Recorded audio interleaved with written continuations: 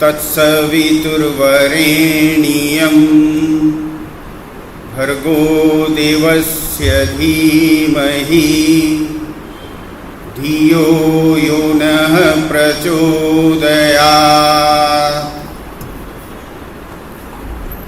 तूने हमें उत्पन्न किया, पालन कर रहा है तू, तुझसे ही पाते प्राण हम, दुखियों के कष्ट हरता तू। तेरा महान तेज है, छाया हुआ सभी स्थान, सृष्टि की वस्तु वस्तु में तू हो रहा है विद्यमान। तेरा ही धरते ध्यान हम, मांगते तेरी दया।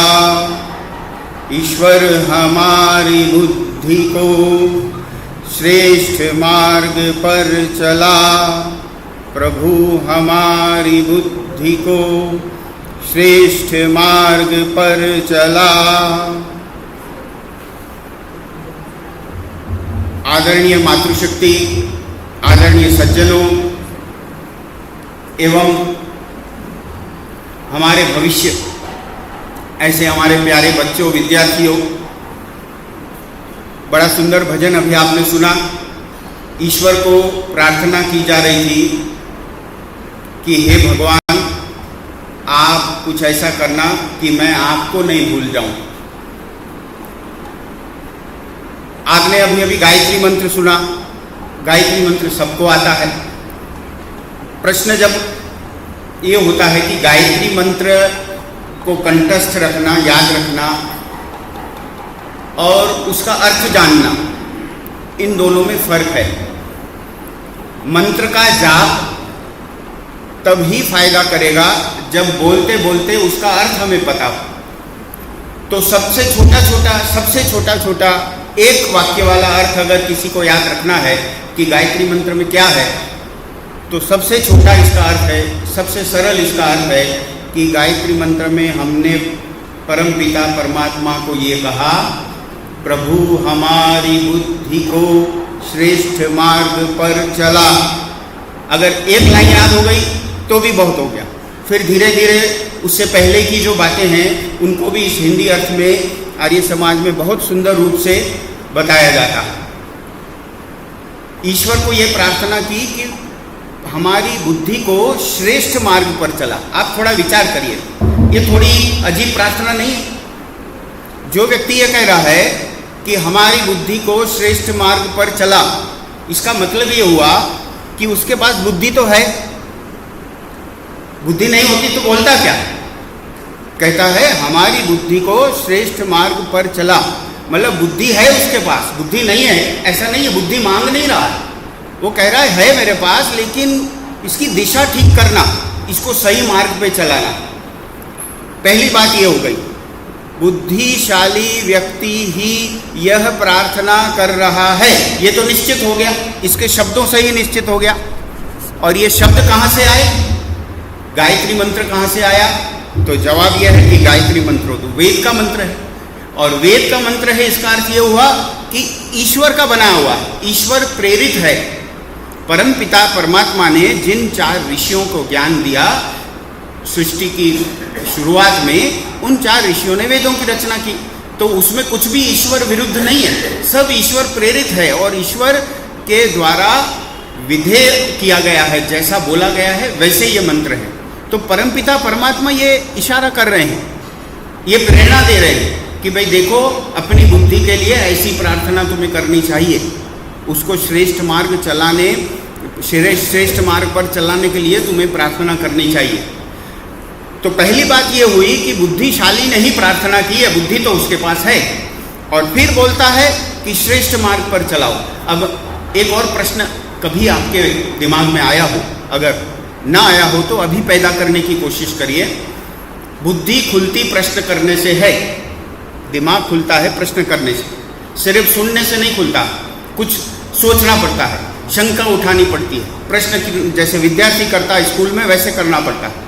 तो मुझे आप ये सोच के बताइए कि ये व्यक्ति जिसके पास बुद्धि है वो कह रहा है कि श्रेष्ठ मार्ग पर चला, इसका मतलब बुद्धि भी गलत मार्ग पे चलती है, तभी तो बोला ना श्रेष्ठ मार्ग पर चला। तो बुद्धि बेवकूफ है क्या? बुद्धि तो बुद्धि है, तो वो तो श्रेष्ठ मार्ग पर ही चलनी चाहिए, लेकिन ऐसा शायद नहीं होगा, इसलिए ये मांग रहे हैं कि श्रेष्ठ मार्ग पर चला। आपको क्या लगता है, बुद्धि गलत मार्ग पर चल सकती है क्या? सोच के देख लीजिए। बुद्धि गलत मार्ग पर, अन्याय के मार्ग पर, अधर्म के मार्ग पर चलती होगी, इसीलिए तो ईश्वर को कहा कि श्रेष्ठ मार्ग पर चला। मतलब यह है कि अगर किसी व्यक्ति के लिए यह कह दिया जाए कि साहब ये बड़ा बुद्धिशाली है, तो ये आवश्यक नहीं है कि वो आदमी भी ठीक होगा, धार्मिक होगा, न्यायकारी होगा, ऐसा जरूरी नहीं है, बिल्कुल भी नहीं। शब्द शब्द का खेल है, भाषा का खेल है। बुद्धिशाली होना माने होशियार होना, अक्लमंद होना, दिमाग तेज होना। आपको क्या लगता है इस दुनिया में ज्यादा गलत काम कौन करते हैं, मूर्ख करता है या बुद्धिशाली करता है? झूठ कौन बोलता है, मूर्ख बोलता है या बुद्धिमान बोलता है? बुद्धिमान बोलता। देखो बच्चे भी जानते हैं। मूर्ख आदमी झूठ बोलता है क्या? मूर्ख आदमी तो बेचारा जो मन में होता है वो कह देता। आपने देखा है ना, आम बोलचाल की भाषा में कई लोग बोलते हैं, आप किसी के लिए पूछो कि भाई ये आदमी कैसा है, तो बोलते बड़ा भोला है, भगवान का आदमी। ऐसा सुना है आपने? ऐसा किसी को बोलते हुए सुना होगा कि बड़ा भोला आदमी है, भगवान का आदमी। भोले का मतलब क्या होता है? भोला माने शिव जी का, एक लोग शिव जी के शब्द के साथ उसको जोड़ते हैं। दूसरा भोला व्यक्ति का हिंदी अर्थ जानते होंगे आप। भोला व्यक्ति किसको कहते हैं? सीधा साधा, जो चतुर नहीं होता उसको कहते हैं भोला व्यक्ति। तो कहते हैं ये आदमी बड़ा भोला है, भगवान का आदमी है, सीधा है, गलत काम नहीं करता। क्या बात है।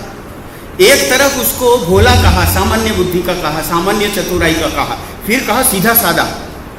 इसका मतलब ये है भटकने की जो ज्यादा संभावना होती है वो किसकी होती है? बुद्धिमान की होती है। ये याद रखना। गलत मार्ग पर चलने की अधिक संभावना बुद्धिमान की होती है। असत्य बोलने की अधिक संभावना बुद्धिमान की होती है। उल्टा सीधा करने के लिए दिमाग चाहिए होता है, तो जिसके पास दिमाग ज्यादा होता है वही उल्टा सीधा करने की शक्ति रखता है। और जिसके पास दिमाग ठीक ठाक है, मजदूरी करके चला लेता है, सादा सीधा काम कर लेता है, उस व्यक्ति को गलत काम करने का इतना बड़ा संभावना नहीं होती कि बहुत कोई उल्टा सीधा कर देगा। तो बुद्धिशाली ने बुद्धि को श्रेष्ठ मार्ग पर चलाने की प्रेरणा, सहायता, आशीर्वाद, कृपा ईश्वर से मांगी है। इस मंत्र में श्रेष्ठ मार्ग पर चला, ये आप हमेशा याद रखना कि बुद्धिमान होना सिर्फ प्रारंभ मात्र है, शुरुआत है, पहली कक्षा है कि इसका दिमाग ठीक होना चाहिए, बात को समझना चाहिए, और उसके बाद जब उसके पास बुद्धि हो, पढ़ पढ़ा के बुद्धि तैयार कर ली हो, संस्कारों से कुछ बुद्धि मिली हो, उसका पहले से ही दिमाग ठीक है और जल्दी बात को समझ सकता है, ऐसा बुद्धि हो, उसके बाद उस बुद्धि को ठीक रास्ते पे चलाने के लिए मेहनत लगती है बहुत। अब आप सोचो आगे, एक व्यक्ति है उसको गणित नहीं आती, मैथमेटिक्स नहीं आती, व्यापार करने के लिए मैथमेटिक्स चाहिए, गणित आना चाहिए, तो उसने अपनी बुद्धि से मेहनत की और गणित सीख लिया। मेहनत तो लगी होगी, इतना सरल तो नहीं होगा, थोड़ा कठिन होगा, और उस कठिनाई को उसने पार कर लिया और गणित सीख लिया। अब दूसरा पड़ाव ये आता है कि गणित सीखने के बाद जो वो व्यापार करेगा वो व्यापार ईमानदारी से करे, तो वो गणित सीखने के समय तो सिर्फ हिसाब किताब सीखता था, और अब जब व्यापार करने लगा तो साथ साथ में उसको धार्मिकता, न्याय, प्रभु का डर, ये भी सीखना पड़ेगा।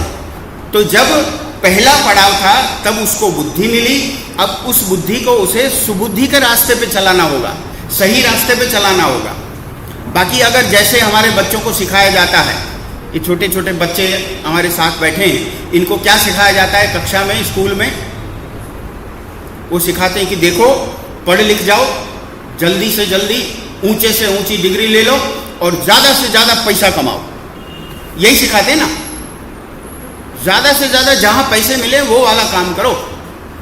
ऐसी हमारी शिक्षा प्रणाली हो गई कि पैसा कमाना जीवन की सफलता के साथ जोड़ लिया गया। जिसने पैसा कमाया तो सफल और नहीं कमाया तो विफल, ऐसा बोल दिया। क्या बड़ी बात है।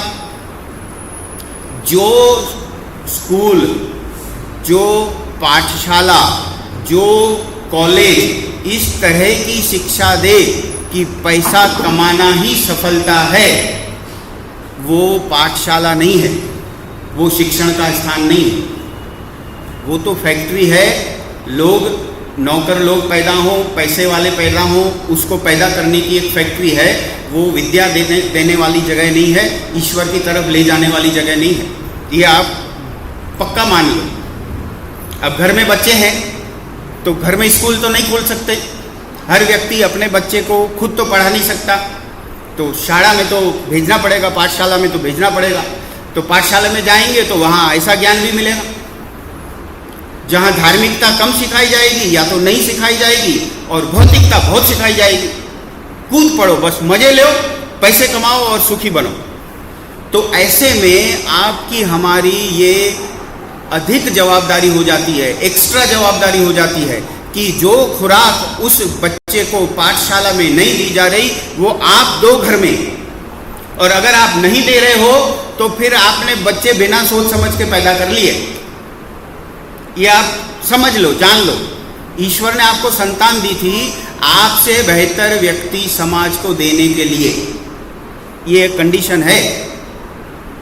मेरी संतान अगर मुझसे आगे न गई, समाज के लिए मैंने थोड़ा बहुत किया और उससे ज़्यादा उसने नहीं किया, तो फिर क्या पैदा करके क्या कर लिया, कौन सा उपकार कर लिया समाज में। इसलिए जो बुद्धि को सही रास्ते पे चलाने की खुराक है वो स्कूल प्रणाली बहुत ज़्यादा नहीं दे रहा। इसलिए आपकी हमारी समाज की, आर्य समाज की और नैतिक शिक्षा देने वाली संस्थाओं की बहुत अधिक हो जाती है। एक व्यक्ति बहुत सारा पढ़ लिख के अच्छे से अच्छी संस्था के साथ जुड़ा हुआ होने के बावजूद अगर व्यवहार में झूठ बोलता है तो उस संस्था की विफलता का प्रमाण पत्र है वो। अगर आर्य समाजी झूठ बोलता है तो आर्य समाज फेल है। अगर किसी और मतांतर का व्यक्ति झूठ बोलता है, बेईमानी करता है, तो वो संस्था फेल है। आपने एक आज़ादी के समय की बात सुनी हो, बहुत आप सत्संग सुनते रहते हैं, आप में से ज़्यादातर ने सुनी होगी कि न्यायालय में जब आर्य समाजी गवाही देने जाता था ब्रिटिश काल में, आज़ादी से पहले की बात है, ये आर्य समाजी जब गवाही देने जाता था तो जज साहब बोलते थे कि इससे क्या सौगंध दिलवाओगे, ये तो झूठ बोलता ही नहीं है।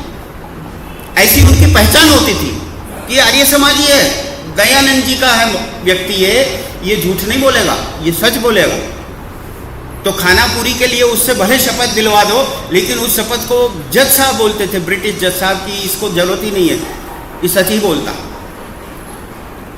तो आपको कितने मिल गए ऐसे जो सच ही बोलते हो, धर्म की बात करते हो, न्याय की बात करते हो?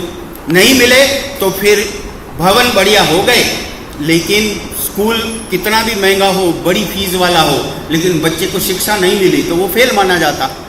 तो संस्था कितनी ही आगे बढ़ी हुई हो, मेंबर बहुत हों और भवन अच्छे बनाए हों, प्रोग्राम अच्छे होते हों, उत्सव वगैरह होते हों, लाइब्रेरी हो, ये हो वो हो, लेकिन बंदा अगर सुगंध वाला नहीं है, अगर किसी से मिले और उस पर प्रभाव न छोड़ जाए कि क्या आदमी है, बढ़िया चीज़ है, कौन है, ऐसा अगर दुनिया पूछे नहीं तो फिर थोड़ी कमी है, मेहनत बढ़ानी पड़ेगी। और मेहनत बढ़ाने के लिए जो सामग्री चाहिए वो सब है समाज के पास, बहुत पक्का है। एक व्यक्ति ने थोड़ा दुखी होकर ऐसा कहा था, आर्य समाजी ने, थोड़ा कविता के स्वरूप में कहा उसने ये कहा कि चलो हो जाए एक जनगणना। जनगणना होती है ना, लोग गिनते हैं, आदमियों को गिना जाता, कितने बंदे हैं समाज में, मनुष्य कितने हैं। तो चलो हो जाए एक जनगणना हम आर्य समाजियों में, पता तो चले कितने हैं आर्य हम आर्य समाजियों में। यह है उस व्यक्ति का दर्द। तो हमारे व्यवहार से अगर हमें यह किसी को पहचान देनी पड़े, मैं आर्य समाजी हूं, तो इसका मतलब उसको पता नहीं चला। उसको सामने से पता चलना चाहिए कि इसके अपने सिद्धांत हैं, सिद्धांतवादी व्यक्ति है, ये कभी टूटेगा नहीं, ये अधर्म नहीं करेगा, ये न्याय करेगा, अच्छे से काम करेगा। तब कहेंगे कि गायत्री मंत्र को हमने सार्थक कर लिया। परम पिता परमात्मा को जो रोज हम प्रार्थना करते हैं, धियो यो नः प्रचोदयात्, हमारी बुद्धि को श्रेष्ठ मार्ग पर चलाओ, वो सही में हमने करके दिखाया। तो जब बुद्धि को सुबुद्धि बनाने की तरफ हम बढ़ेंगे तो मेहनत तो पड़ेगी, कई चीज़ें छोड़नी पड़ेंगी, कई चीज़ें नई प्राप्त करनी पड़ेंगी, धारण करनी पड़ेंगी, और फिर हम उस मार्ग पर चल सकते हैं। ये जो मार्ग वस्तु है, रास्ता जो है, वो आध्यात्म के चर्चा में बहुत जगह पे आता है। जब भी आप कोई धार्मिक सत्संग की बात करेंगे तो ऐसी चर्चा बहुत आती है कि यही रास्ता अपनाओ, सही रास्ता अपनाओ, एक ही रास्ता है। आपने एक पुस्तक का नाम सुना होगा, उस पुस्तक का नाम है एक ही रास्ता। आर्य समाज में बड़ी प्रचलित पुस्तक है, महात्मा आनंद स्वामी जी की। तो महात्मा आनंद स्वामी जी ने एक पुस्तक लिखी है जिसका नाम है द ओनली वे, एक ही रास्ता। तो कौन सा है वो एक ही रास्ता? वेद के एक मंत्र में आता है कि दुनिया में सुखी होने का एक ही रास्ता है, वो है परम पिता परमात्मा को जाना जाए। जीवन को सफल बनाने का फार्मूला वो एक ही है, ईश्वर को लक्ष्य बनाया जाए। नान्य पंथा विद्यते अनाय, और कोई रास्ता मौजूद ही नहीं, अस्तित्व ही नहीं दूसरे किसी रास्ते का, एक ही रास्ता। इसलिए वो पुस्तक हुई द ओनली वे, एक ही रास्ता। तो रास्ता शब्द जो है वो आध्यात्म की चर्चा में बहुत आता है। श्रेष्ठ मार्ग पर चलाओ, मार्ग की बात जब आती है तो कई चर्चाएं याद करने जैसी हैं जिनको हम सत्संग में ले सकते हैं। एक बहुत प्रचलित चर्चा है जो आपने सुनी होगी कि जीवन जीने के दो मार्ग लोग अपनाते हैं। दुनिया में जो लोग होते हैं वो दो मार्ग में से कोई एक मार्ग चुनते हैं जीवन जीने का। वो कौन से दो मार्ग हैं? एक रास्ता ये है, जब जीवन में आदमी थोड़ा थोड़ा बड़ा होता है तो उसको धीरे धीरे समझ में आता है कि भाई देखो, अगर जल्दी सुख चाहिए, अधिक सुख चाहिए, अधिक धन चाहिए, मिल्कियत चाहिए, समाज में बहुत जल्दी से चमकना है, तो ये सिद्धांत वगैरह छोड़ दो, ईमानदारी की चिंता मत करो, और जो सब लोग करते हैं वो करते जाओ, तो धन मिल जाएगा जल्दी जल्दी, जल्दी जल्दी भौतिक सुख मिल जाएगा। और आप जानते हैं कि अगर उल्टा सीधा करके कुछ भी प्राप्त किया तो उसका परिणाम क्या होगा? दुख होने वाला, पीड़ा होने वाली, सजा मिलने वाली है। परम पिता परमात्मा रुष्ट होने वाले हैं, नाराज होने वाले हैं। तो ऐसा सब होगा तो व्यक्ति दुखी तो होगा ही। हो सकता है इस जन्म में ना हो दुखी, वो दूसरे जन्म में हो। तो ये रास्ता जो है, पहले सुख बाद में दुख, ये एक रास्ता है। इसको लोग प्रिय मार्ग कहते हैं। आध्यात्म की चर्चा में इसे प्रिय मार्ग कहा जाता है। प्रिय मार्ग नहीं, प्रिय शब्द नहीं है ये, प्रिय मार्ग। तो ये प्रिय मार्ग है जिसमें शॉर्टकट पहले और दुख बाद में। पहले किसी भी टाइप का सुख जैसे मिले, जहां से मिले, और बाद में दुख ही दुख। और एक दूसरा रास्ता जो है वो कैसा है कि पहले मेहनत किया जाए, सत्य के मार्ग पे चला जाए, न्याय किया जाए, धर्म पर रहें, सिद्धांत को नहीं छोड़ें, और इस तरह से जीवन जिए। तो पहले तो कष्ट होगा, तपस्या होगी, मेहनत होगी और परिणाम जो आएगा वो सुखमय होगा, परिणाम में बड़ा सुख मिलेगा। और वो जो सुख है वो ज़रूरी नहीं है कि इसी जन्म में मिले, वो सुख बाद में भी मिल सकता है, दूसरे जन्म में भी मिल सकता है। तो जो पहले कष्ट, दुख, तपस्या और बाद में सुख ही सुख वाला मार्ग है उसे श्रेय मार्ग कहते हैं। तो अधिक लोग कौन सा मार्ग अपनाते हैं? प्रेय मार्ग अपनाते हैं कि पहले कुछ भी कर लो लेकिन सुख सामने दिखना चाहिए और परिणाम की चिंता मत करो, जो भी हो। कौन किसने देखा? बड़े आपको फिलोसोफर मिलते होंगे समाज में, बड़े ऊंची ऊंची बात करने वाले, उनको बोलेंगे भाई इसका परिणाम ठीक नहीं है, इसका दंड मिलता है, दूसरे जन्म में ये होता है वो होता है। तो उनका एक ही जवाब होता है, वो किसने देखा? सीधी बात करते, वो किसने देखा? और जब वो बोलते हैं किसने देखा है, तब बात तो ऐसे करते हैं जैसे उन्होंने पता नहीं कहाँ कहाँ की योग्यता प्राप्त कर ली है आध्यात्म में, और फिर अपनी बात को साबित कर देते हैं कि इसलिए क्योंकि किसी ने नहीं देखा इसलिए कोई दुख नहीं है, कोई नरक नहीं है, कोई ईश्वर का दंड नहीं है, जो करना हो करो। तो ये जो तरीका है प्रेय मार्ग वाला, इस पे अधिक लोग मिलेंगे, आपको भीड़ बहुत मिलेगी, लोग ज्यादा होंगे। और जो श्रेय मार्ग है, सच बोलना पड़ता है, न्याय पे चलना पड़ता है, लोगों को नाराज करना पड़ता है, सिद्धांत पर रहना पड़ता है, भौतिक सुख कम मिलता है, धन ज्यादा नहीं मिलता। तो ऐसा व्यक्ति पहले तो कष्ट खाता है, लेकिन बाद में उसको जो ईश्वर से फल मिलता है, उसका जो सुख होता है, वो तो बात ही क्या है, उस सुख की आप कल्पना नहीं कर सकते। तो पहले कष्ट सहे, दुख सहन किया, फिर सुख मिला। इस मार्ग पे आपको कम लोग मिलेंगे, बहुत ज़्यादा नहीं मिलेंगे, बहुत कंपनी नहीं मिलेगी, 2-4 कम लोग होंगे, अकेले अकेले चलना पड़ेगा, डर भी लगेगा। लेकिन सही मार्ग तो यही है जिसे श्रेय मार्ग चलते कहते हैं। तो जब हम गायत्री मंत्र में ये प्रार्थना करते हैं कि प्रभु हमारी बुद्धि को श्रेष्ठ मार्ग पर चला, तो वो श्रेष्ठ मार्ग कौन सा है? ये श्रेय मार्ग है। इस श्रेय मार्ग की तरफ इशारा है कि हम जीवन में कभी ऐसे निर्णय ना लें कि जिससे हमसे गलतियां हो जाएं। जब भजन में आपने सुना कि परमपिता परमात्मा हम कुछ ऐसा ना करने लगे जीवन में कि आप ही को भूल बैठे, आपको भूल गए तो बात खत्म हो गई। सुबह आप ईश्वर स्तुति उपासना प्रार्थना मंत्र करते हैं, उसमें एक बात आती है, यस्य छाया अमृतम यस्य मृत्यु। सुना होगा ना आपने, यस्य छाया अमृतम यस्य मृत्यु। इसका क्या अर्थ है? कितना सरल है, देखो आप हिंदी की तरह समझ सकते हैं इसे आप। यस्य छाया अमृतम, जिसकी छाया अमृत के समान, परम पिता परमात्मा की कृपा रहे, छाया रहे तो अमृत है, फिर जीने मरने का कोई डर नहीं है।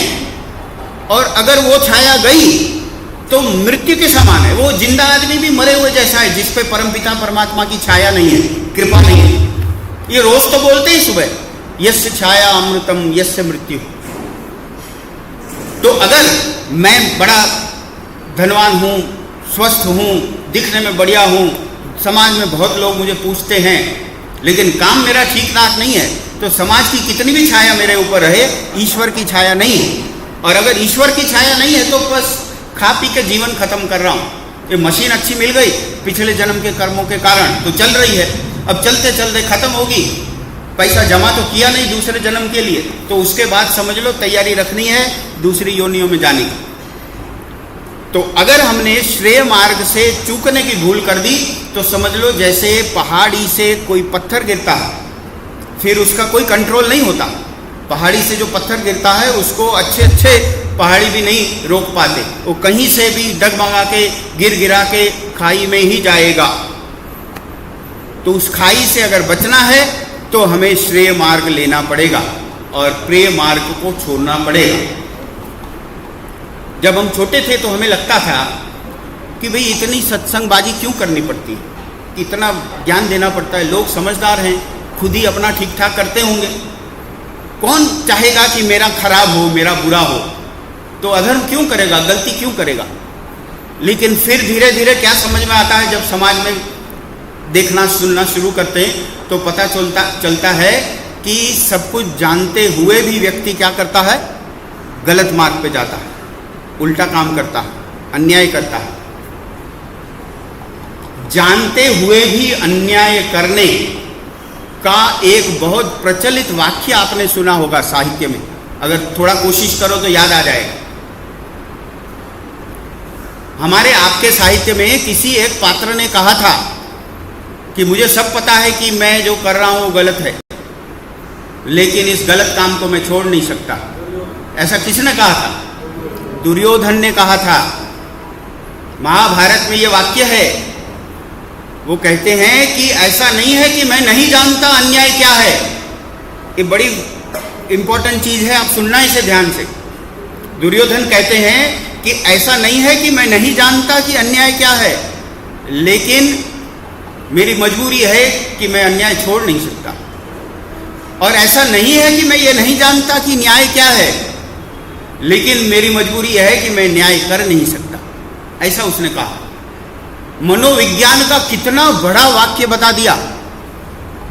महाभारत के रचयिता ने ये बहुत बड़ी साइकोलॉजिकल फैक्ट बताई है हमें और आपको। ज़्यादातर लोग ये जानते हैं कि वो जो कर रहे हैं वो गलत है या सही है। सोच के देख लो। ज़्यादातर लोग यह जानते हैं कि वो जो कर रहे हैं वो गलत है या सही है, लेकिन अगर गलत कर रहे हैं वो, तो वो गलत को छोड़ नहीं पाते, इसलिए गलत करते रहते हैं। ऐसे बहुत लोग कम होते हैं जो कहें अरे साहब पता नहीं था ये तो गलत काम था, अब पता नहीं था ये प्राणी का खून करके खाना नहीं चाहिए, ये तो गलती हो गई हमसे। ऐसा नहीं होता, उसको पता होता है। महर्षि दयानंद जी का वाक्य याद करिए। महर्षि दयानंद जी क्या कहते हैं? मनुष्य का आत्मा सत्य और असत्य को जानने वाला है।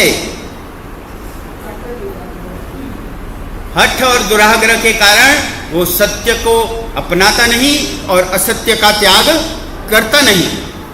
जब छोटे छोटे पिताजी हमें समाज में ले जाते थे और ऐसे इनके जैसे बैठ के हम सुनते थे, यहाँ पंडित जी कहते थे कि सब पता है इस आत्मा को, तो हम सोचते थे कि भाई ये तो बड़ी बात है, पता है फिर भी खाई में गिरता है। लेकिन हाँ, ज़्यादातर लोग पता होने वाले खाई में जो गिरते हैं वही ज़्यादा गहराई में जाते हैं। जानकारी से डूबना, जानते हुए भी बर्बाद होना, ये पशु भी नहीं करता, लेकिन मनुष्य करता है। और जो मनुष्य इस तरह से हठ दुराग्रह में फंस के उल्टे सीधे काम पे चलता है, उसकी जो गति होती है वो कैसी होती है? सबसे बड़ी समस्या ये हो गई कि आप जो आपकी हमारी उम्र के लोग हैं उनको अगर थोड़ा समझाओ ना कि देखो दूसरे जन्म में ये होगा, भगवान ऐसा दंड देंगे, तो वो मान भी जाएंगे, बोले हाँ हाँ ऐसी बात तो ठीक है। क्योंकि जो हिंदू मान्यता है, सनातन मान्यता है, वैदिक मान्यता है, उसमें पुनर्जन्म की बात है, जन्म के बाद जन्म की बात है। लेकिन कुछ और मान्यताएं हैं, मत संप्रदाय हैं, जो इस जन्म के बाद दूसरा जन्म नहीं मानते। कहते काहे का दूसरा जन्म, जो है इसी में खत्म करो, जो करना है करके चलो। आपको आश्चर्य होगा कि कई हजार साल पहले एक विचारक आए थे, पुस्तक लिख के गए, साहित्य लिख के गए। कुबुद्धि वाली बात, बेवकूफ़ी वाली बात, गलत बात भी लोग पुस्तक में लिख के प्रचार कर सकते हैं। कितना आश्चर्य है। और उनके अनुयायी भी हो जाते हैं, उनके पीछे लोग भी लगने लगते हैं। तो उन्होंने क्या लिखा कि देखो ये पाप पुण्य जैसी कोई चीज नहीं होती। तुम्हें जीवन में सुखी होना है और तुम्हारे पास धन नहीं है तो कर्ज ले लो, उधार ले लो, और उस उधार लिए धन का खूब प्रयोग करो। इसमें कोई पाप नहीं लगता और उनको पैसे वापस देने की क्या जरूरत है? दूसरा जन्म तो होता नहीं, इस जन्म में हम देंगे नहीं। किसने बोला था ऐसा? चारवाक। ऐसे लोग हो गए जिन्होंने अपने मत चलाए, लिख के गए आज तक यूनिवर्सिटियां चारवाक की फिलॉसफी पढ़ाती हैं। बच्चों को पूछना, बीए करने वालों को, बीए विद फिलॉसफी जो करते हैं उनको न्याय दर्शन भी पढ़ाते हैं और चारवाक भी पढ़ाते हैं, और अंत में ये नहीं कहते कि चारवाक गलत था। यही सबसे बड़ी समस्या हमारे शिक्षण की। अगर आपको फिलॉसफी में बीए करना है, दर्शन शास्त्र में आपको बीए करना है, एमए करना है, तो सब चलता है। पूना यूनिवर्सिटी में है, हर जगह है, पूरे भारत में। इंडियन फिलॉसफी भी पढ़ाते हैं, वेस्टर्न फिलॉसफी भी पढ़ाते हैं। लेकिन जब ये 4-5 दर्शन पढ़ा के चारवाक को भी पढ़ाते हैं, वो कहीं ये नहीं कहते कि ये गलत सिखाता। बस वो ये कहते हैं मिस्टर ए ये कह के गए, मिस्टर बी ये कह के गए, मिस्टर सी ये कह के गए। बस इन सब में सच क्या है वो तो उनको भी नहीं पता, और वो कहते हैं वो हमें नहीं पढ़ाना है कि इसमें से सही फिलॉसफी क्या है। हम तो जो बोल के लोग बता के बोल के गए वो सब सबको बताते रहते हैं, और ऐसी हालत कर देते हैं कि फिलॉसफी में एमए किया हुआ आदमी भी आपको नास्तिक मिल सकता। फिलॉसफी में एमए किया हुआ आदमी भी ईश्वर को नहीं मानने वाला मिल सकता। दुनिया भर की बातें सीख ली, समझ ली उन्हें। ईश्वर को साबित करने के 10 तरीके तो अभी बोल देगा, लिस्ट बोल देगा। परम पिता परमात्मा है, उसके ये 10 कारण। फिर ईश्वर नहीं है, उसके 10 कारण वो भी गिना देगा। और खुद तो बेचारा 2 पांव 2 हाथ वाला है, उसका खुद का कुछ मत नहीं। मिस्टर ए ने यह कहा था, मिस्टर बी ने यह कहा था, और वो बन गया डॉक्टरेट, पीएचडी डॉक्टर साहब। कि क्या डॉक्टरेट किया? बोले दर्शन शास्त्र में किया, फिलॉसफी में किया। इसे कहाँ की फिलॉसफी बोलते हैं? तो चारवाक ये सिखा गए कि ऋणम कृत्वा घृतम पीतवा, या घृतम पिबेत, ऋण लो और घी पियो। तो ऐसा लोग सिखा कर भी गए, समझा कर भी गए, और लोग अभी तक उनको पढ़ते हैं और पी के बड़ा आनंद लेते हैं, मजा आता है उनको, हंसते फिर वो। जब इस सब्जेक्ट का लेक्चर लेते हैं कॉलेज में तो स्टूडेंट लोग बड़ा खुश होते, बोले क्या बात है। ऐसा आदमी भी था, बड़ा हिम्मत वाला था, ऐसी उल्टी सीधी बात इतनी जोर से कह के गया और इतने सुंदर ढंग से कह के गया, कर्ज लियो और घी पियो। फिर हमें एक एमबीए के विद्यार्थी मिले, master of business administration, marketing और तरह तरह का एमबीए सिखाते। तो उसमें फाइनेंस का भी एमबीए सिखाते। फाइनेंस माने धन की व्यवस्था करने का एमबीए। तो ये सत्य घटना है, हमें कोई मिले थे और ये समझा रहे थे। तो उन्होंने एक दिन ये बताया कि देखो सर, सबसे पहले एमबीए के विद्यार्थी को एक बात सिखाई जाती है कि बिजनेस करो तो दूसरे के पैसे से करो। आप किसी से पढ़े लिखे से पूछ लेना, उसको सिखाते बिजनेस करो तो दूसरे के पैसे से करो, डूबेगा तो उसका डूबेगा, आपका हमारा क्या जाएगा। अब आप मुझे बता दो कि इस कॉलेज और चारवाक में कोई फर्क हुआ कि नहीं? कोई फर्क हुआ क्या? चारवाक कहता था ऋण लियो घी पियो, ये कहते हैं धंधा करो दूसरे के पैसे से करो, और जाएगा तो उसका जाएगा। तो शब्द बदल गए, भवन बहुत बड़े हो गए, सरकारी हो गए, डिग्री भी देने लगे, लेकिन सिखा क्या रहे हैं? वो चारवाक के फिलॉसफी को जीवन में उतारने का सिखा रहे। और आपकी हमारी जो पारंपरिक फिलॉसफी है वो आप देखो तो आपके हमारे जीवन में, परिवार में, कुटुंब में, खानदान में 3-4 पीढ़ियां पहले ऐसे लोग मिलेंगे आपको जो कर्ज उतारने के चक्कर में पूरा जिंदगी उन्होंने अपनी गर्क कर दी, मेहनत कर करके सिर्फ एक ही बात के कारण इसका कर्ज लिया था, ये मुझे उतारना। ऐसे लोग भी आपके हमारे जीवन में मिलेंगे। और उल्टा यहाँ भी कुछ दूसरा काम हो रहा है।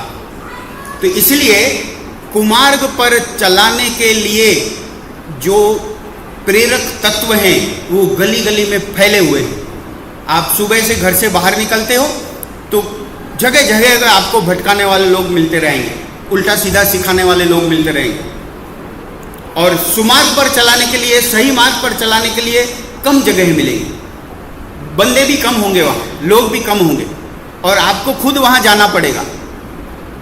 वहाँ आपको कई बार कोई श्रद्धालु व्यक्ति खींच के भी ले जाएगा, चलो हमारे साथ सत्संग में चलो, लेकिन ज़्यादातर ऐसा होगा आप उसकी बात मानेंगे नहीं, मैं क्यों चलूं, मुझे मज़ा नहीं आता। तो आपने कहा मुझे मज़ा नहीं आता, तो आपका चांस छूट गया, अपॉर्चुनिटी गई आपकी।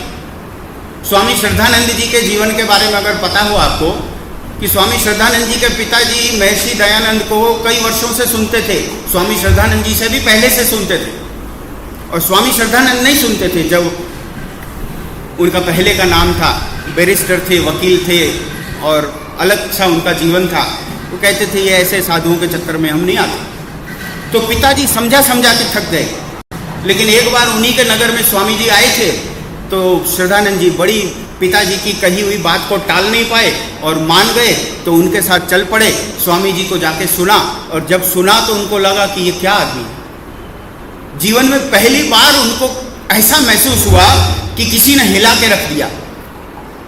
और जब उनको ऐसा महसूस हुआ कि ये बात तो छोड़नी नहीं पड़ेगी, इसके तो पीछे जाना पड़ेगा, उस दिन से जो चिंगारी लगी उनको वो इतनी भयंकर थी कि स्वामी दयानंद का जासूस की तरह वो पीछा करते थे कि आदमी है क्या, मुझे जानना है। सुबह 4 बजे उठ के महर्षि दयानंद भ्रमण के लिए जा रहे, तो स्वामी श्रद्धानंद मुंशीराम वो उनके पीछे पीछे जा रहे। ये कहाँ तक जाता है, देखिए करता क्या है, कहाँ बैठता है, कहाँ ध्यान करता है, या ऐसे ही बातें करता। तो बताया जाता है साहित्य में कि कई बार ऐसा हुआ कि सुबह 4 बजे उठ के उनके पीछे गए और पीछे जा जा के थक गए, और वो तो अपनी गति में और आगे जा रहे हैं। तो फिर उस दिन वहाँ तक छोड़ दिया, फिर दूसरे दिन वहाँ आके खड़े हुए, फिर जब वहाँ से स्वामी जी निकले तो और आगे गए, और ऐसे करके उनके जीवन को कई दिनों तक उन्होंने मॉनिटर किया, जासूसी की। उनका मॉनिटरिंग इतना गहन था, इतना रस वाला था कि वो अपनी जिज्ञासा को ख़त्म नहीं कर पाते थे। फिर जब उनके साथ एक मुलाकात हुई उनकी, जो इतिहास में हमारे आपके सबके जीवन में एक अपनी डेस्क पे वो रखी होनी चाहिए, एक टेबल पे रखी होनी चाहिए, वैसी मुलाकात आपके हमारे जीवन में सबको नहीं मिलती। वो नसीब वालों की बात है। ईश्वर के विशेष जो प्यारे पुत्र होते हैं, प्यारी पुत्रियाँ होती हैं, वो उनके जीवन में होता है। उस मुलाकात में ऐसा था कि स्वामी जी के साथ ईश्वर है कि नहीं, उस बात की बहस पे चढ़ गए महात्मा श्रद्धानंद उनके पहले के जीवन में, और बहुत सारे प्रश्न पूछे। आप ये कैसे कह सकते हो, वो कैसे कह सकते हो, और जितने भी प्रश्न पूछे उसका बिल्कुल सटीक जवाब स्वामी जी ने दे दिया। महर्षि दयानंद ने उनको बेजवाब कर दिया, चुप हो गए। वो चाहते थे कि इनको हराऊं मैं, मेरी बात सही साबित करूं और इनकी बात उड़ जाए, लेकिन नहीं कर पाए। और बड़ी मेहनत के बाद जब नहीं कर पाए ईश्वर की सिद्धि के विषय में उनको परास्त, तो उन्होंने दिल खोल के कह दिया स्वामी जी को। बोले स्वामी जी, आपने मुझे निरुत्तर तो कर दिया, बेजवाब तो कर दिया, मेरा मुंह तो बंद करवा दिया, लेकिन अभी भी भरोसा नहीं हो रहा मुझे भगवान पे। ये सच्चे दिल वाला आदमी ही कह सकता है ऐसा, बाकी नहीं तो बड़ा प्रभावशाली आदमी हो तो उसको हाथ जोड़ के निकल जाएगा, बढ़िया बढ़िया स्वामी जी धन्यवाद, ऐसे करके निकल जाएगा, खुद को धार्मिक रखेगा। वो कहा स्वामी जी अभी भी भरोसा नहीं हो रहा भगवान पे। तो महर्षि दयानंद जी ने कहा कि मैंने तुम्हें कब कहा था कि मैं तुम्हें भरोसा करवा दूंगा? तुमने क्या आके पहले से मुझे ये कहा था कि मुझे भरोसा करवा दो भगवान पे? तुमने प्रश्न पूछे, मैंने उसके उत्तर दिए। मैंने कब कहा था कि मैं तुम्हारा ईश्वर पे भरोसा करवा दूंगा? भरोसा तो भगवान पर तुम्हारा तब होगा जब उसकी तुम पर कृपा होगी।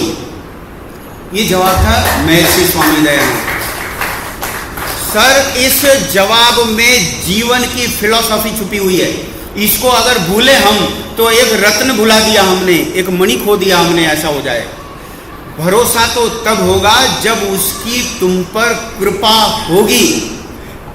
महर्षि स्वामी दयानंद का एक सेवक जो उनका खाना बनाता था, वो उनका अनाज चुराता था, ये सुना है आपने? चोरी करता था उनकी रसोई घर में।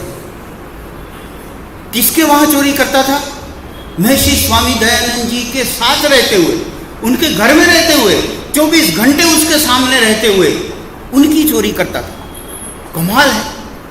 आप और हम तो शायद ऐसी इच्छा करें कि उनका अगर हमें कर्मचारी बना दिया जाए, सेवक बना दिया जाए, तो भी उनके साथ रह के पता नहीं कितना तर जाएं हम, स्वीकार है हम, हम वैसी नौकरी कर लेंगे। और उसको जो इतना स्वर्ण अवसर मिला था वो उन्हीं की चोरी करता था। इसका मतलब क्या हुआ कि सिर्फ नजदीक रहने से भी कुछ नहीं होता, होता तो जब है जब ईश्वर की उस पर कृपा होती है। तो हमें श्रेय मार्ग भी तब मिलेगा जब ईश्वर की हम पर कृपा होगी, और कृपा बिना प्रयत्न के नहीं होती, छटपटाना पड़ता है, प्रयास करते रहना पड़ता है, भगवान को ही कहते रहना पड़ता है कि भगवान मैं तुम्हें न भुला दूं, इसका ध्यान भी रखने की कृपा करना, तब वो ऐसी परिस्थिति में हमें लाते हैं। तो ये कुछ चर्चा हमने आपके समक्ष रखी, और आपको हमारा हृदय से धन्यवाद है कि आपके इस अवसर के कारण हमें भी समाज में इस तरह की अपॉर्चुनिटी जो है वो मिलती रहती है, इसका आनंद हम लेते रहते हैं। तो ऐसे हम मिलते रहेंगे। धन्यवाद। ओम शांति।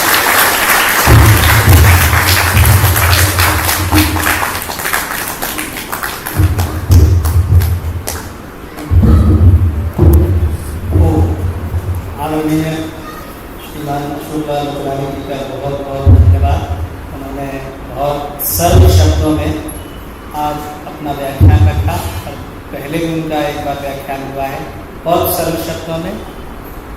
अभी हमारे विवेकानंद जी पहला जगह आए थे, ऐसे ही सरल सरल शब्दों में जब बातें होती तो लगता है सुनते रहो, लेकिन समय की मर्यादा है, उससे उसके अंतर्गत हम यही विनिमय करेंगे। बहुत बहुत धन्यवाद। आज कोई सूचना है प्रधान जी, सूचना दें या डायरेक्ट सीधे शांति पाठ? चलिए, सभी का बहुत बहुत धन्यवाद। हम सब लोग सीधे बैठेंगे, शांति पाठ करेंगे। ओम द्यौः शान्तिरन्तरिक्षं शान्ति पृथिवी शान्तिरापः शान्तिरोषधयः शान्ति वनस्पतयः शान्तिर्विश्वे देवाः शान्तिर्ब्रह्म शान्ति सर्वं शान्ति शान्तिरेव शान्ति सामा शान्तिरेधि। ओम शान्ति शान्ति शान्ति। जो बोले सो अब है वैदिक धर्म की जय। मर्यादा पुरुषोत्तम भगवान श्री रामचंद्र की जय। युवराज श्री कृष्ण चंद्र जी महाराज की जय।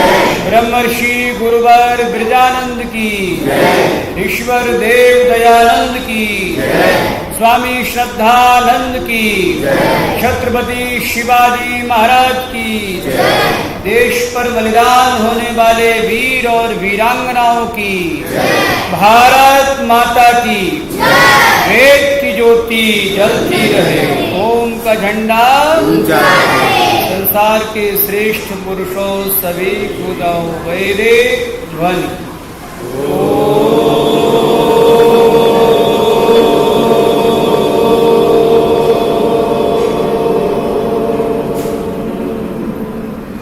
वैदिक अभिवादन सभी को सादर नमस्ते।